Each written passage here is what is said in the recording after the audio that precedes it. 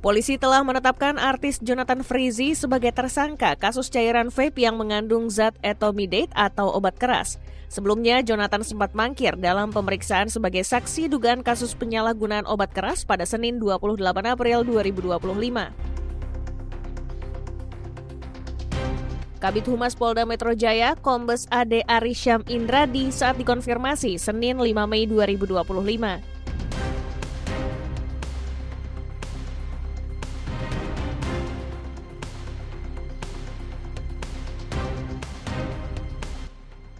Dia menuturkan pemain sinetron Cinta Fitri itu juga telah ditangkap di sebuah rumah Jalan Bintaro Akasia, Pesanggerahan, Jakarta Selatan pada Minggu 4 Mei 2025. Atas perbuatannya, Jonathan dipersangkakan pasal 435 subsidiar pasal 436 ayat 2 Undang-Undang RI nomor 17 tahun 2023 tentang kesehatan junto pasal 55 KUH Pidana. Dalam pasal itu, Jonathan Frizzy terancam penjara maksimal 12 tahun atau pidana denda paling banyak 5 miliar rupiah. Kasus ini awalnya dilakukan oleh Polresta Bandara Soekarno-Hatta. Kapolresta Bandara Suta Kombes Ronald Sipayung mengatakan pihaknya telah mengamankan sebanyak 3 orang. Adapun ketiga orang yang telah ditetapkan sebagai tersangka itu masing-masing berinisial BTR dan EDS serta satu wanita dengan inisial ER.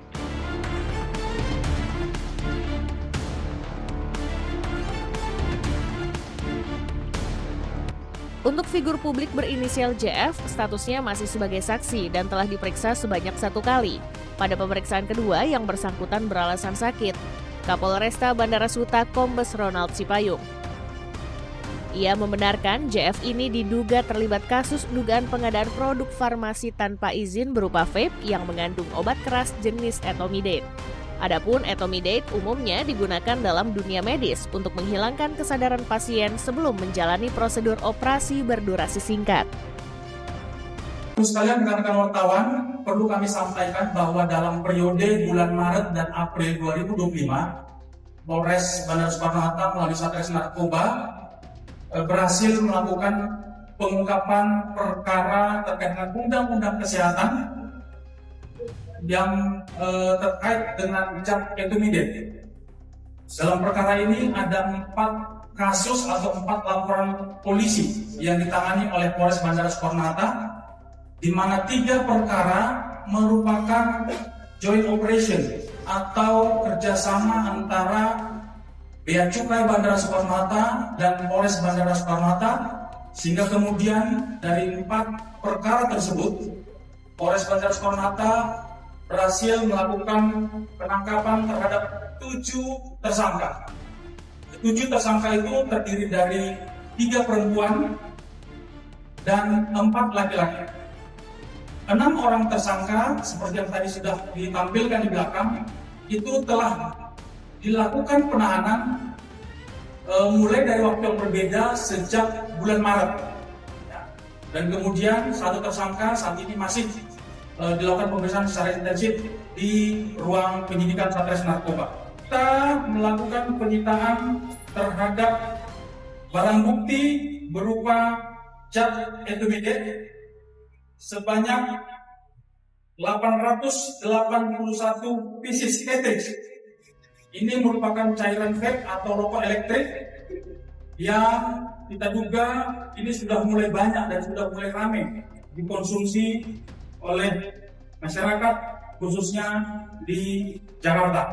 Rekan-rekan sekalian, dari 4 perkara yang kita tangani, ada 1 perkara yang awalnya kita terima limpahan dari Bea Cukai, tepatnya tanggal 13 Maret 2025. Pada saat itu, tugas piket Bea Cukai berkoordinasi dan melaporkan ke piket Satres Narkoba bahwa ada mengamankan penumpang yang baru tiba dari Malaysia yang kemudian membawa zat etomidate tadi. Kemudian dari hasil pengembangan, dari hasil penyelidikan, penyidik Satres Narkoba berhasil menangkap tersangka pertama, inisial BTR. Dari tersangka BTR kemudian berkembang kepada tersangka kedua, seorang perempuan inisial ER, 34 tahun. BTR inilah yang yang membawa masuk barang dari luar negeri yang kemudian diamankan oleh Bea Cukai. Kemudian dari hasil pengembangan BTR dilakukan pengembangan terhadap ER. Dari keterangan kedua tersangka inilah kemudian muncul nama JF yang dari hasil keterangan itu memiliki peran untuk pertama membuat WhatsApp group. Jadi mereka membuat WhatsApp group yang berisi para tersangka ER, CF, dan TBR dan TBR tadi. Disitulah mereka membuat grup untuk saling berkomunikasi dan saling mengatur bagaimana supaya barang caters ini atau intermediate ini bisa masuk. Kalian dari hasil proses penangkapan tersangka pertama, tersangka kedua, tersangka ketiga, JF ini di tanggal 17 April sudah kita lakukan pemeriksaan sebagai saksi. Ini yang kemudian teman-teman pernah menanyakan apakah ditangkap di tanggal tersebut.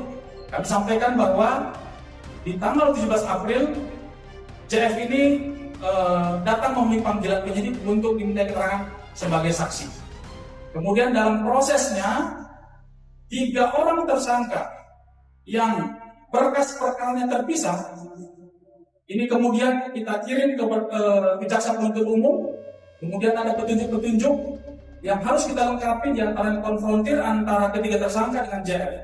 Kemudian dari alat bukti yang kita terima dari pemeriksaan digital forensik dan pemeriksaan laboratorium forensik terkait dengan zat yang dikandung oleh zat di dalam intermediate tersebut, maka per tanggal 3 hari Sabtu, tanggal 4 ya, tanggal 3 Mei 2025, berdasarkan hasil gelar perkara yang dilakukan oleh penyidik Satres Narkoba, tersangka JF ini kemudian ditetapkan sebagai tersangka.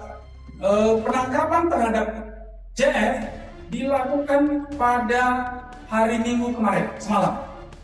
Tepatnya kurang lebih antara pukul 6 sore sampai 7 di daerah Bintaro, dan yang bersangkutan saat ini masih dilakukan pemeriksaan secara intensif oleh penyidik.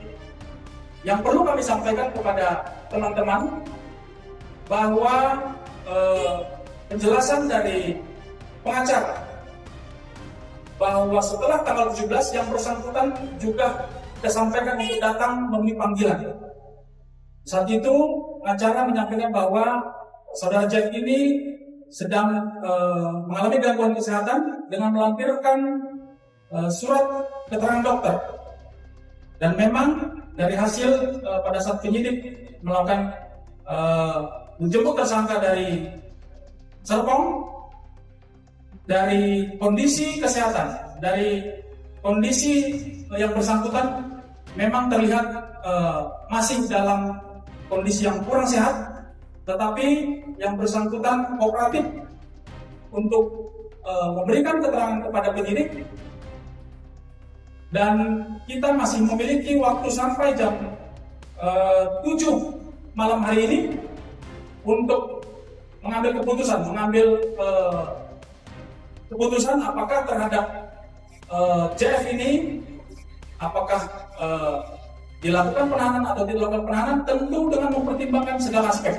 Kami tadi juga tidak membawa kepada yang bersangkutan ke sini karena memang dari kondisi fisik saudara Jack ini masih harus melakukan